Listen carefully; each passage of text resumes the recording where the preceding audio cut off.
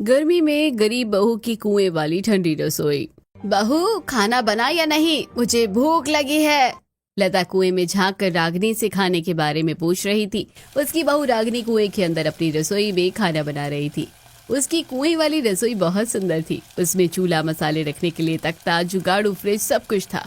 कुएं के चारों तरफ बेल लगे हुए थे और उसमें से कद्दू लटक रही थी। साथ ही कुएं के साइड में टमाटर, बैंगन, भिंडी, तोरई, मिर्च के पौधे थे। खाना बन गया है माँ जी, मैं चटनी पीस रही हूँ। रागनी की बात सुनकर लता कुएं की सीढ़ियों से नीचे कुएं में आती है। लता को कुएं में जाता देखकर रास्ते से जा रहे दो लोग हैरान हो जाते हैं। रामू, देख, ये औरत कुएं में जा रही है और कुएं से धुआं भी निकल रहा है। हाँ यार, लेकिन कुएं के अंदर से धुआं कैसे निकल सकता है? और देखना, कुएं के चारों तरफ कितनी सारी बेल है। कहीं किसी भूत प्रेत के चक्कर तो नहीं है?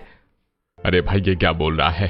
चल भाई, जल्दी यहाँ से चलते हैं। मुझे किसी भूतनी के चक्कर में नहीं पड़ना है। रामू और हरिया लता को भूतनी समझकर अपनी धोती संभालते हुए कुएं के पास से जल्दी जल्दी भागने लगते हैं। लेकिन रागनी कुएं के अंदर खाना क्यों बना रही थी और लता खाना खाने के लिए कुएं के अंदर क्यों गई? क्या सच में ये किसी भूतनी का मामला था या माजरा कुछ और है? तो जानने के लिए कहानी में पीछे चलते हैं।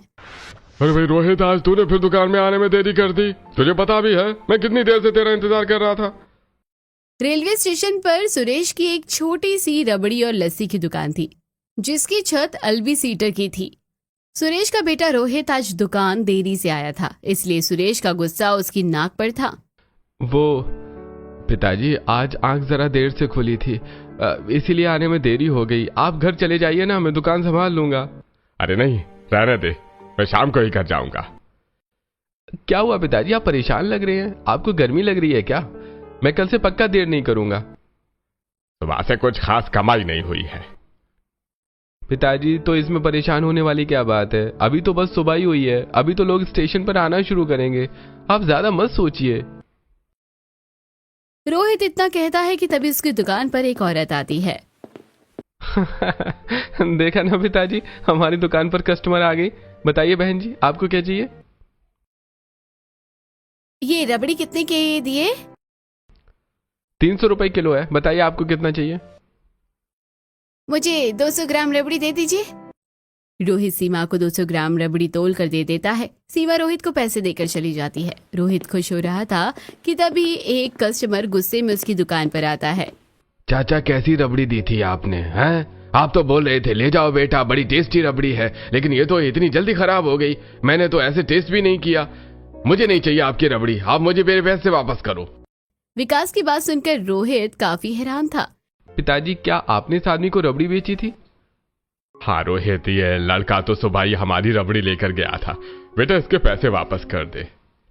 सुरेश की बात मानकर रोहित विकास को उसके पैसे वापस दे देता है। विकास अपने पैसे लेकर चला जाता है। पिताजी, रबड़ी खराब कैसे हो गई? अरे बेटा, तू तो देख रहा है कितनी गर्मी है। शायद गर्मी की वजह से ऐसा ही हुआ होगा। अगर हमारे पास फ्रिज होता तो हमारी रबड़ी खराब नहीं होती। गर्मी की वजह से रोहित और सुरेश की मिठाइयाँ खराब हो रही थी, इसलिए वो परेशान थे। वहीं उनके घर पर रोहित की पत्नी रागनी चूल्हे के सामने बैठकर खाना बना रही थी। उसके माथे से पसीना टपक रहा था। वो सब्जी बना रही थी कि तभी लता कहती है, बहू, अगर सब्जी बन गई हो तो इमली की चटनी भी बना देना। तेरे ससुर जी कल रात इमली लेकर आए थे। तू तो जानती है मुझे इमली की चटनी कितनी अच्छी लगती है। रोहित और उसके घरवाले रेलवे कॉलोनी के झोपड़पट्टी में रहते थे। रागनी ने सारा खाना बना लिया था। खाना बनने के बाद लता की इमली की चटनी की फरमाइश सुनकर रागनी का मुंह बन जाता है। एक तो मैं इतनी गर्मी में खाना बनाकर अभी हटी हूँ और अब माँ जी को इमली की चटनी खाना है। रागनी लता को कुछ कह नहीं सकती थी, इसलिए वो मुंह बनाकर इमली की चटनी बनाती है। खाना बनने के बाद रागनी अपने माथे का पसीना पोंछती है। माँ जी, सारा खाना बन गया है, चलिए खाना खा लीजिए। रोहित जी और ससुर जी दुकान से देर से आएंगे। आप कब तक उनके लिए रुकेंगी? आप खाना खा लीजिए। चल, हम सब साथ खा लेते हैं, लेकिन बच्चे कहाँ हैं? बच्चे तो स्कूल से आ गए हैं, शायद वो बाहर खेल रहे होंगे। मैं बुला कर लाती हूँ। रागनी घर के बाहर जाती है और बच्चों को आवाज देती है, चिंटू, गुड़िया, कहाँ हो तुम लोग? बहुत खेल लिया, अब घर चलो, खाना खाने का टाइम हो गया है। रागनी बच्चों को आवाज देती है, लेकिन बच्चों का कोई जवाब नहीं आता है। रागनी पास के मैदान में जाकर देखती है, लेकिन वहां भी उसके बच्चे नहीं थे। रागिनी मैदान में खेल रहे दूसरे बच्चों के पास जाती है। बच्चों, तुमने चिंटू और गुड़िया को कहीं देखा है क्या? मैं काफी देर से दोनों को ढूंढ रही हूँ, लेकिन वो मिल नहीं रहे हैं। पता नहीं आंटी, आज तो दोनों खेलने के लिए नहीं आए। खेलने के लिए नहीं आए तो कहाँ गए?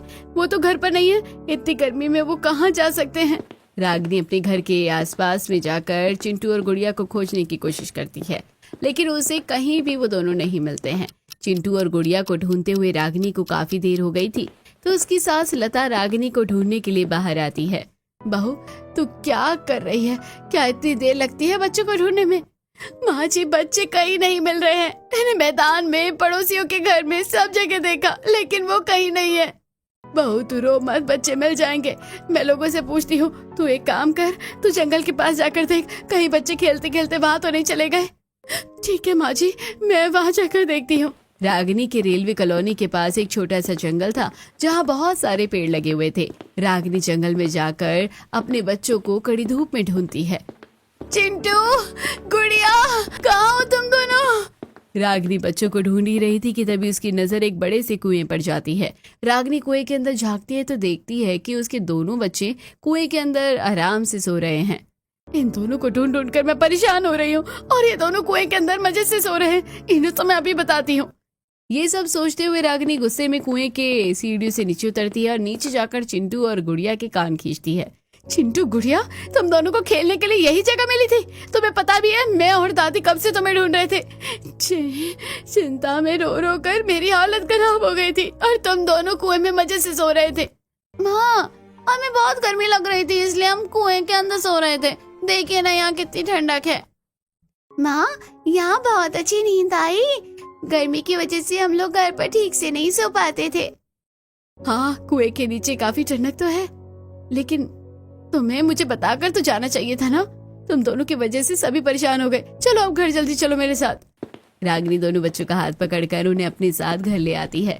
बच्चों को देखकर लता की जान में जान आती है। रागिनी, ये दोनों तुम्हें कहाँ मिले? मैं तो इन्हें ढूंढ ढूंढ कर ही थक गई थी। माँ जी, ये दोनों कुएं के अंदर सो रहे थे। दादी, जंगल में ना एक बड़ा सा कुआं है, उसके अंदर बहुत ठंडक है। वो कुआं हमारे घर से भी ठंडा है, इसलिए हम लोग वहाँ सो रहे थे। बस करो तुम दोनों, अब से बिना बताए तुम दोनों कहीं नहीं जाओगे, समझे? और रागिनी बहू, तू खाना निकाल, मुझे भूख लगी है। इन दोनों को ढूंढने के चक्कर में 4 बज गए हैं। लता के कहने पर रागिनी सभी के लिए खाना निकालती है और सभी खाना खाते हैं। खाना खाकर लता और बच्चे सो जाते हैं। वहीं रागिनी पानी भरने के लिए नल में जाती है। नल में पहले से ही कॉलोनी की कुछ औरतें पानी भर रही थी। कुछ ही दिनों में वोट होने वाला है। विमला, तू किससे देगी वोट? कोई भी पार्टी जीते, हम गरीबों की जिंदगी तो वैसी की वैसी ही रहती है। ये पार्टी, पॉलिटिक्स, वोट तो अमीरों के चोचले हैं, लेकिन मैंने सुना है इस बार वोट के टाइम पर काफी टेंशन होने वाली है, और शायद दंगे भी हो सकते हैं। कुछ दिनों में वोट आने वाला था, इसलिए रागिनी के पड़ोसी उसी के बारे में बात कर रहे थे। रागिनी उनकी बातों को ध्यान से सुनती है और फिर पानी भरकर आ जाती है। रागिनी देखती है कि उसकी ननद कुसुम घर आ गई है और वो रसोई में बैठकर खाना निकाल रही है। कुसुम, तुम कब आई? तुम तो सिलाई क्लास गई थी ना, थोड़ी देर रुक जाती ना तो मैं तुम्हें खाना निकाल कर दे देती। भाभी, 2 घंटे से सिलाई करते करते मेरी तो हालत खराब हो गई है। मुझे बहुत जोरों की भूख लगी थी, इसलिए मैंने खुद ही खाना निकाल लिया। अच्छा किया तुमने। तुम खाना खा लो, मैं घर की साफ सफाई करके पूजा कर लेती हूँ। कुसुम एक कोने में बैठकर खाना खा रही थी, वहीं रागिनी की घर की साफ सफाई चल रही थी। तभी सुरेश और रोहित पसीने में भीगे हुए परेशान घर आते हैं। उन्हें देखकर रागिनी उनके पास जाती है। मैंने आपके नहाने का पानी तैयार कर दिया है, पानी ठंडा है तो आप दोनों नहा लीजिए। रागिनी के कहने पर रोहित और सुरेश दोनों घर के बाहर बैठकर नहाने लगते हैं। नहा कर आने के बाद भी दोनों परेशान थे। उन्हें देखकर रागिनी पूछती है, क्या हुआ जी, आज क्या बिक्री अच्छी नहीं हुई? नहीं रागिनी, उल्टा आज तो हमें ग्राहक को पैसे वापस देने पड़े, क्योंकि हमारी रबड़ी खराब हो गई थी। और सिर्फ रबड़ी नहीं, गर्मी की वजह से तो दही भी खट्टा हो गया था, तो लस्सी भी नहीं बिकी। अगर हमारे पास फ्रिज होती तो हमारी रबड़ी ऐसे खराब नहीं होती, लेकिन क्या करें, हम लोग तो फ्रिज भी नहीं खरीद सकते हैं। फ्रिज इतनी महंगी जो होती है। पिताजी, आपने बिल्कुल सही कहा। गर्मी की वजह से तो मेरी सब्जी भी बहुत जल्दी खराब हो रही है। कल ही मैं सब्जी लेकर आई थी, लेकिन आज वो सूख गई है। ऊपर से इस गर्म रसोई में खाना बनाने में मेरी हालत खराब हो रही है। रागिनी बहू, तू तो बातों को छोड़ और रोहित और अपने ससुर के लिए खाना निकाल, उन्हें भूख लगी होगी। रागिनी खाना निकालती है तो देखती है कि गर्मी की वजह से दाल खट्टी हो गई है।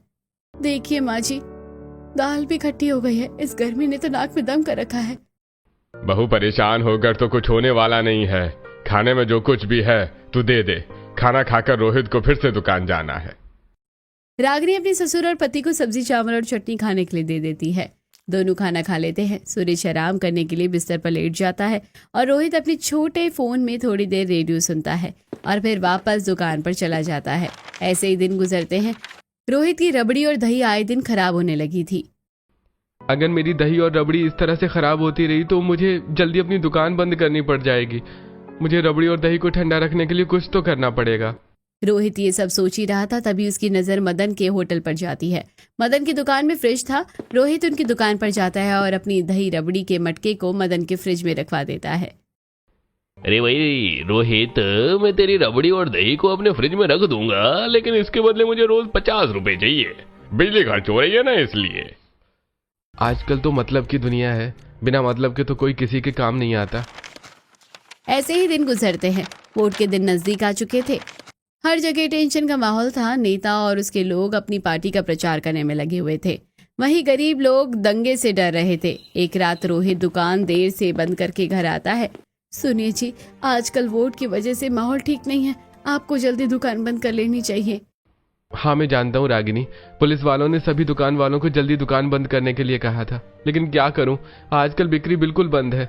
सोचता हूँ अगर दूसरों की दुकान बंद रहेगी तो शायद लोग मेरी दुकान से ही कुछ ले लेंगे। यही सोचकर दुकान खोलकर बैठा रहता हूँ। दुकान ठीक न चलने की वजह से रोहित बहुत उदास था। थकान और निराशा उसके चेहरे पर साफ दिखाई दे रही थी। पसीने की वजह से उसके कपड़े भीग कर उसके बदन से चिपक गए थे। आप इतनी चिंता मत कीजिए, सब कुछ ठीक हो जाएगा। भगवान पर भरोसा रखिए। मैं खाना निकालती हूँ, आप मुंह हाथ धोकर आ जाइए।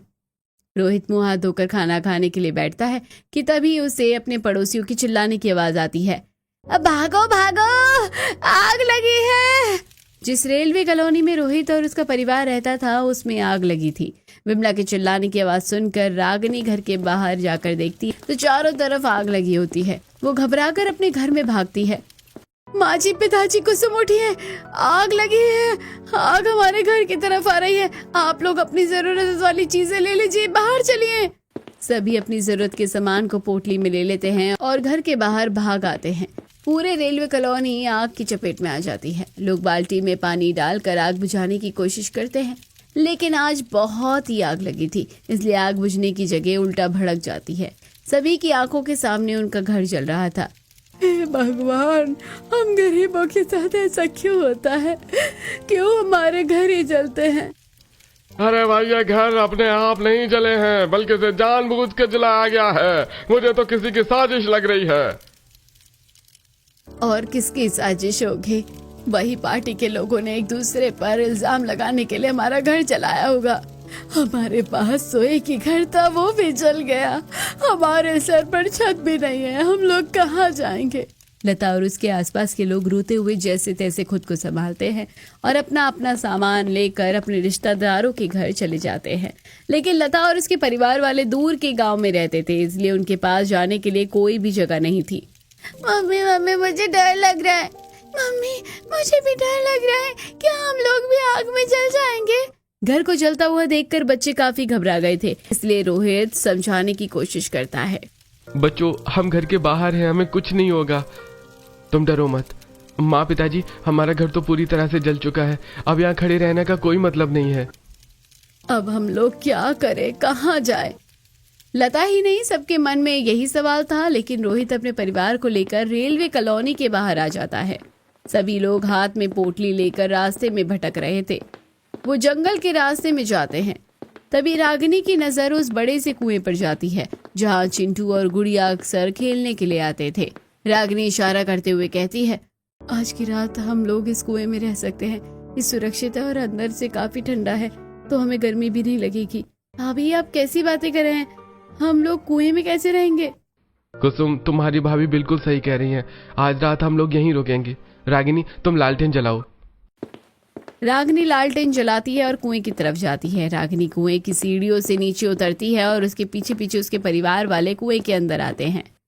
आज हम दोनों के साथ साथ आप लोग भी कुएं के अंदर सोएंगे। बड़ा मजा आएगा, यहाँ बहुत ठंडक है, सबको बहुत अच्छी नींद आएगी। भाभी ये चिंटू क्या बोल रहा है? कुसुम, चिंटू बिल्कुल सही कह रहा है। इस कुएं को चिंटू और गुड़िया ने खेलती खेलती ढूंढा था। वो दोनों अक्सर यहाँ खेलने के लिए आते हैं। ये कुआं तो सच में अंदर से काफी ठंडा है। अब मैं समझी कि बच्चे यहाँ आकर हमेशा क्यों सो जाते हैं। एक तरफ जहाँ सभी लोग बातें कर रहे थे, वहीं दूसरी तरफ सुरेश और रोहित काफी चिंता में थे। ससुर जी, रोहित जी, आप दोनों इतना परेशान क्यों हैं? रागिनी, हमारा घर जल गया। हमारे पास रहने के लिए कोई जगह नहीं है। महाजन हमारे सिर पर चढ़ा हुआ है पैसे लेने के लिए।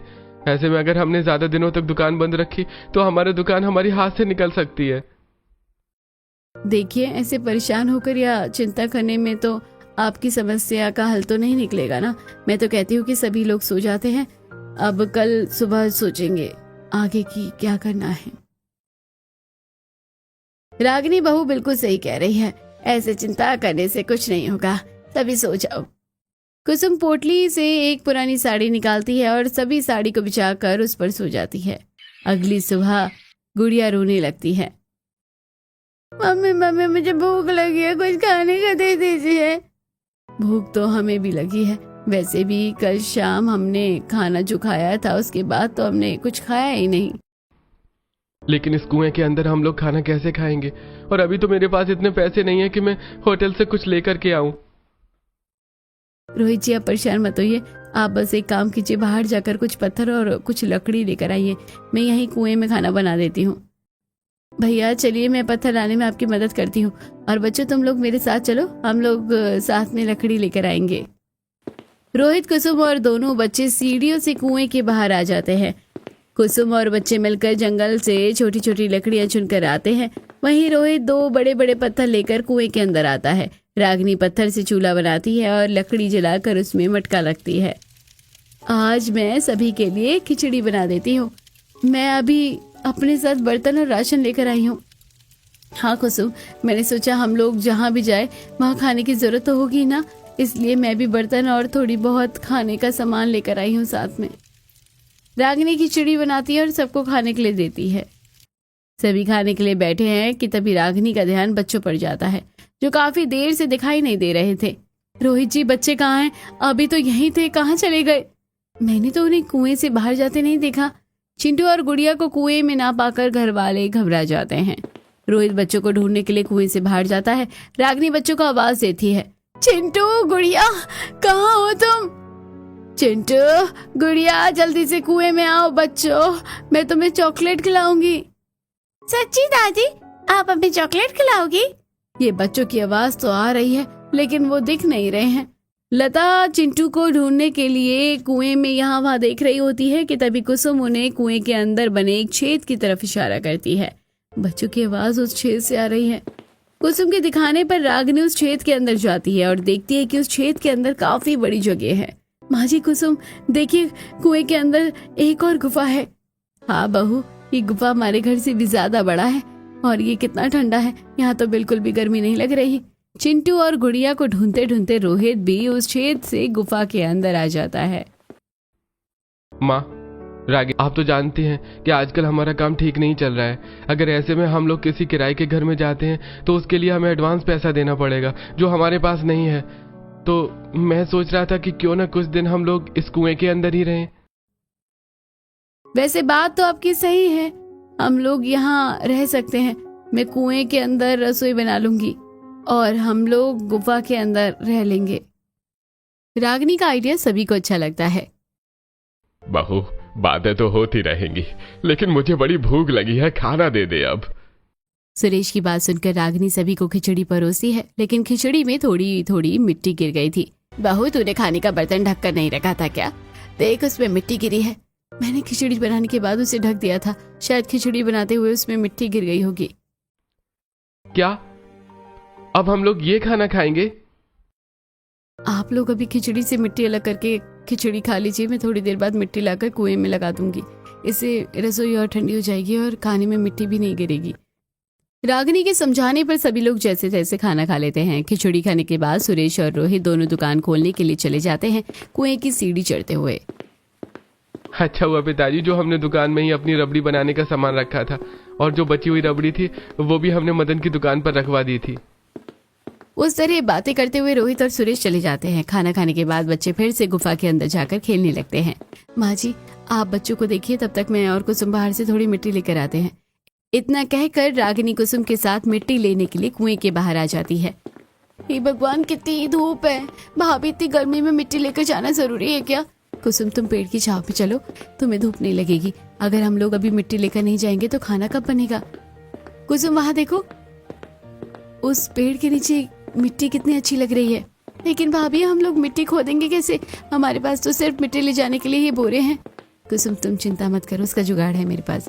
रागिनी जंगल में नुकीले पत्थर, लकड़ी और पेड़ की बेल लेती है और बेल से पत्थर को लकड़ी में बांध देती है। कुसुम, लो, इससे मिट्टी को खोदो, जल्दी काम हो जाएगा। और तुम मिट्टी खोदो, मैं गोबर इकट्ठा करती हूँ। लग रहा है जैसे किसी ने अपनी गाय को जंगल में घास खाने के लिए छोड़ दिया था।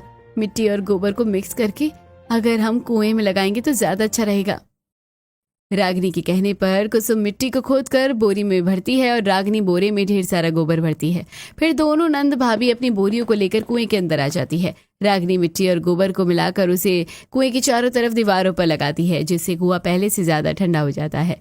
रागिनी उसी मिट्टी से अपना चूल्हा भी बना लेती है, जिसे देखकर, भाभी, हमारे पुराने घर में खाना बनाने में आपको कितनी गर्मी लगती थी, लेकिन यहाँ तो आपने अपने लिए कुएं वाली ठंडी रसोई बना ली। अब आपको खाना बनाते हुए बिल्कुल गर्मी नहीं लगेगी। बिल्कुल सही कहा कुसुम तुमने।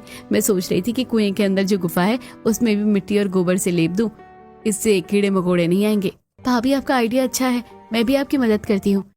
कुसुम और रागिनी मिलकर गुफा को मिट्टी और गोबर से लीप देती हैं। गुफा काफी ठंडा था। रागिनी काम करके बहुत थक गई थी। वो मटके से पानी निकाल कर पीती है। पानी पीकर रागिनी बहुत हैरान हो गई थी। क्या हुआ बहू, इतनी हैरान क्यों है? माँ जी, मटके का पानी तो फ्रिज की तरह ठंडा है। बहू, कुआं इतना ठंडा है, ऊपर से तूने इसमें मिट्टी लगा दी है, इसलिए तो मटके का पानी भी इतना ठंडा हो गया है। अगर मटके में पानी ठंडा हो सकता है तो रबड़ी और दही भी तो ठंडी रह सकती है। ये सोचकर रागिनी चूल्हे के साइड में 4-5 छोटे छोटे गड्ढे करती है और कुएं के बाहर जाकर जंगल के पास पड़े हुए थोड़े बालू उठाकर लाती है और गड्ढे में डाल देती है। फिर वो बालू को गीला करने के लिए उसमें पानी डाल देती है और उसके ऊपर मटके रख देती है। रागिनी जब अपना जुगाड़ लगा रही थी कि तब रोहित कुएं के अंदर आता है। रागिनी, ये तुम क्या कर रही हो? मैं आपके लिए देसी फ्रिज बना रही हूँ। अब आपको पैसे देकर मदन की दुकान पर रबड़ी और दही रखने की जरूरत नहीं है।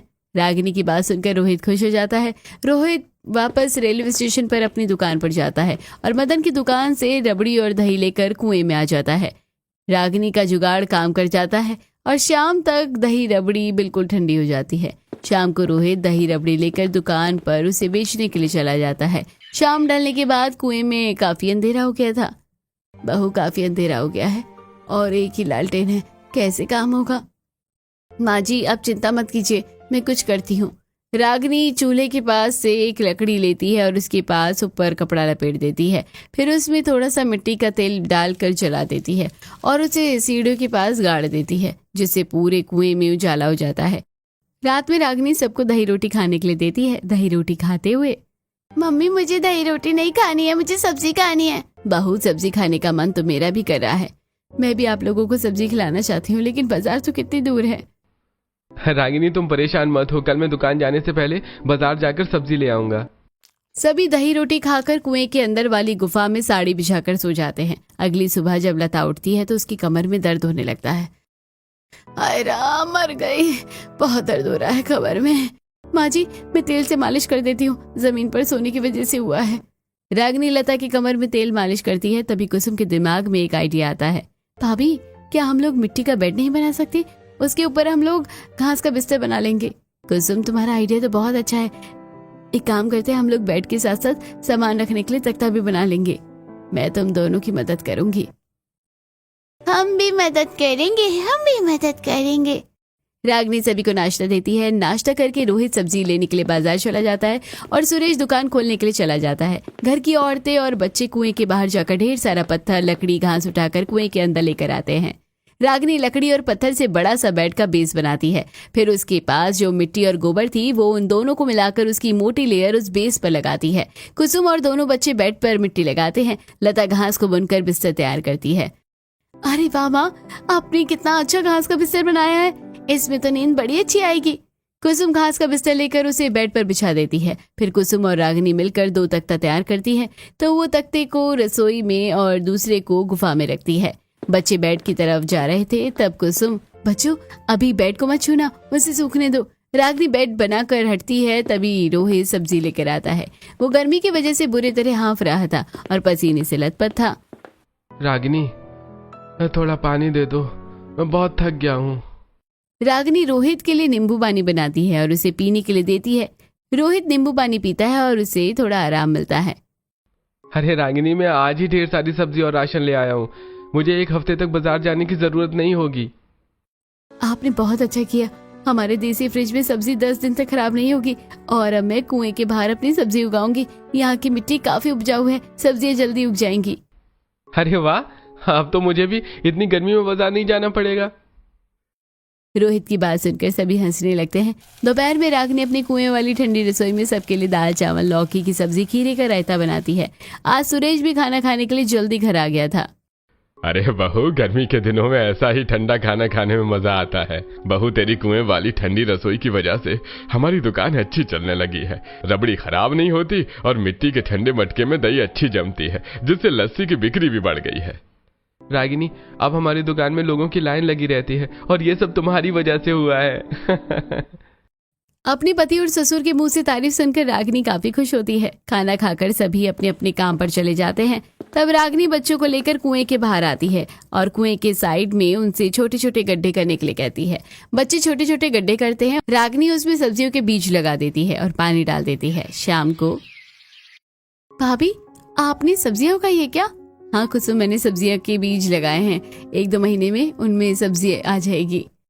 रागिनी अपनी सब्जियों के पौधों का बहुत ध्यान रखती है। वो सुबह शाम उसमें पानी डालती है और चाय पत्ती का पानी भी डालती है। रागिनी को देखकर चिंटू और गुड़िया भी पौधों में पानी डालते हैं। देखते ही देखते 2 महीना गुजर जाता है और अब कुएं के पास में रागिनी की करेला, भिंडी, तुरई, मिर्च, बैंगन, कद्दू उग जाती है। बहुत तेरी इतने दिनों की मेहनत रंग लाई, मैं बहुत खुश हूँ तेरे लिए। रागिनी कद्दू के बेल को कुएं में लपेट देती है, जिससे कुएं में छाव रहती है और ठंडक भी बढ़ जाती है। अब रागिनी अपने ससुराल वालों को अपनी उगाई हुई सब्जियां बनाकर खिलाती है। एक दिन रागिनी कुएं वाली रसोई में खाना बना रही थी कि तभी लता बाहर से आती है और कुएं में झांक कर पूछती है, बहू खाना बना या नहीं? मुझे बहुत भूख लगी है। खाना बन गया है माँ जी, मैं चटनी पीस रही हूँ। रागिनी की बात सुनकर लता सीढ़ी से कुएं के अंदर चली जाती है। लता को कुएं के अंदर जाता देखकर रास्ते में गुजर रहे 2 मुसाफिर गलत समझ लेते हैं और लता को भूतनी समझकर वहां से भाग जाते हैं। रागिनी सभी को खाना निकाल कर देती है। बहू, ये करेले की सब्जी और खीरे का सलाद बहुत अच्छा है। घर चलने की तो मैं उम्मीद ही छोड़ दी थी कि मुझे इतना अच्छा खाना दोबारा खाने को मिलेगा। अरे माँ, आपकी बहू के रहते सब कुछ मुमकिन है। बिल्कुल सही कहा भैया आपने। रागिनी से उसके ससुराल वाले बहुत खुश थे। सभी खाना खाकर अपने काम पर लग जाते हैं। शाम को रोहित हाथ में केक लेकर सीढ़ियों से कुएं के अंदर आ जाता है। केक में लगी मोमबत्ती से कुएं के अंदर काफी रोशनी हो जाती है। ये सब क्या है जी? रागिनी, मुझे पता था तुम्हें याद नहीं होगा, आज तुम्हारा बर्थडे है। भूल गई ना तुम, लेकिन मुझे याद था। चलो अब विश मांगो और केक काटो। पूरा परिवार कुएं के अंदर वाली गुफा में रागिनी का बर्थडे मनाते हैं। रागिनी विश मांगती है और केक काटती है। भाभी, आपने क्या विश मांगा? मैं चाहती हूँ कि हमारी दुकान और अच्छी चले और हम लोग जल्दी अपने लिए एक पक्का मकान ले ले। बच्चे खूब सारा केक खाते हैं और सभी बहुत एंजॉय करते हैं। ऐसे ही दिन गुजरते हैं। एक दिन एक अनजान आदमी कुएं के पास भटक रहा था। रोहित पीछे से उस आदमी के पास जाता है। भाई, तुम कौन हो और कुएं में झांक क्यों रहे हो? मेरा नाम अर्जुन है, मैं जर्नलिस्ट हूँ। यहाँ रेलवे कॉलोनी में जो आग लगी थी, मैं उसकी छानबीन कर रहा हूँ और मैं कई दिनों से देख रहा हूँ कि कुछ लोग इस कुएं के अंदर जाते हैं। कहीं वो कोई चोर तो नहीं है? मैं यही पता लगा रहा हूँ।